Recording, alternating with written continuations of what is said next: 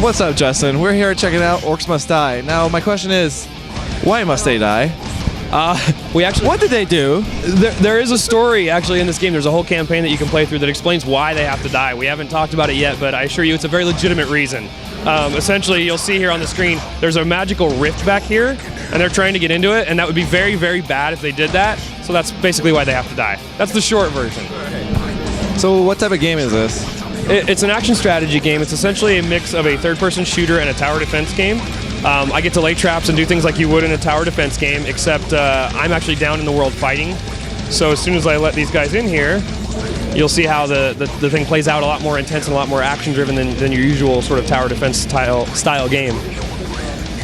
I've got several weapons I can take with me, and like here I'm using my magical crossbow. It's really good for taking out guys at distance. It has some stunning effects and things like that, and then if I want to get up and close fight with them, I've got melee weapons, my blade staff here.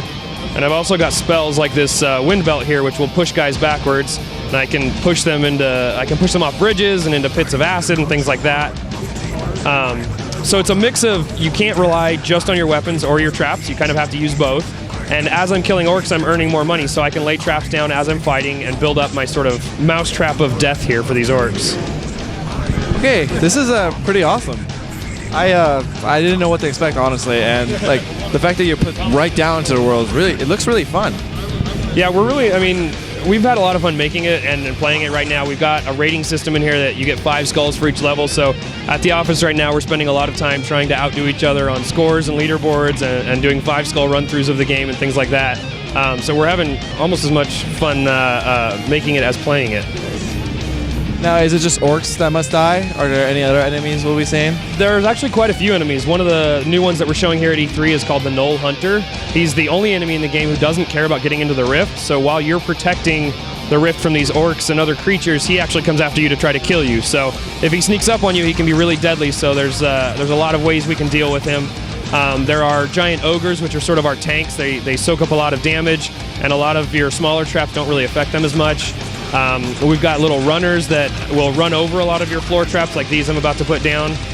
The runners will get over those because they're so fast, and if you can catch them, they're easy to kill, but they're hard to catch. You'll see here, I'm gonna go grab some life. The rift will actually regen my health back here, so I have to leave the front lines, but I can get my health back, and if I die, I lose a couple of rift points, and so I can't get a perfect score on the level. How does the whole weapon system work? How can you get different kinds? So as you're playing through, as you beat fortresses, you unlock new ones. And so at the beginning of each level, you open up your spell book and you get to choose. We give you a certain number of slots per level. It starts out small and gets bigger as it goes. And then you can choose what you want to go in with. I think we've got about 25 different spells, weapons, and traps in the game right now that you unlock as you go through. And you have to sort of pick how you want to play. And sorry, I'm playing and talking is hard. It is very hard. But you sort of pick your play style, and we all play differently there. I died, but that's great for a demo to die, right? Totally. So you pick your play style, and you sort of get your trap set up and go in. What happens if they make it in? If they make it in, you lose rift points, and every level has a different number of rift points. In fact, I've got guys sneaking in behind me over here on the left if I can turn around and get them. Okay, so yeah, some guys snuck in there. If it gets down to 0, you lose the level. You have to redo. What does that mean right there, unleash the horde? So every 3 waves, we give you what we call a go break, and it basically puts you back in that beginning state where they're not going to come until I press go. So you get a little extra money, and then you get the chance to go in here and look at your trap setup and decide, okay, I need more stuff here, I want to put some more things here and here.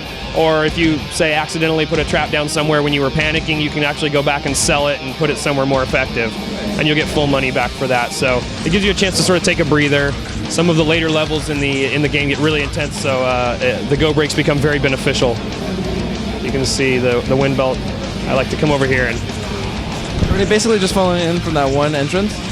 Yeah, this level is one of the earlier levels, so it has basically one rift and one door. As you go through, you'll see a lot more complicated levels with multiple pathways to get to the rift, sometimes more than one rift itself, sometimes multiple doors, various combinations of those things. So it definitely gets a lot more complex as you go through. Now, this looks like it'd be really, really fun with multiplayer. Can we expect anything like that? We agree. The #1 request we get about this game is co-op, and we just were, a lot of our guys were coming off Age of Empire for several years and working on Halo Wars, and we wanted to work on something that was a little shorter development cycle. So we were looking at, under a year, what can we do at a really high quality level that people are going to expect from our group of guys. And so that basically led us to essentially focus on the things that we could do really, really well. And unfortunately, that meant multiplayer wasn't on the list. We could have done it as a big 2-3 year game, but it just we didn't want to work on that kind of a project. So it's on the table for the future. We want it as much as I think everybody playing does, and we think it would be very cool. So we're not ruling it out. We just got to see what the future looks like for the game. Now, when you say in the future, do you mean more like along the line of DLC or like a full-on sequel? We really haven't thought quite that far ahead. It's just sort of it's a very vague the future. It could be kind of either of those, but it seems like to do it right, you kind of got to go big with it. So. And when will this be out? Later this summer. We haven't quite announced a date yet, but it'll be later this summer on PC and consoles. Which consoles? We're going to do Xbox Live and PSN most likely, but we haven't quite finalized all that. OrcsMustDie.com will have all the most up-to-date info, and so if people check there, we'll let them know when it's coming to what consoles and when. So, well, thank you, Justin. Thank you. You're getting killed. You're about to get overrun. I'm gonna die here. Please stop sucking. This is bad for the video. No, it's really not. It's not showing well.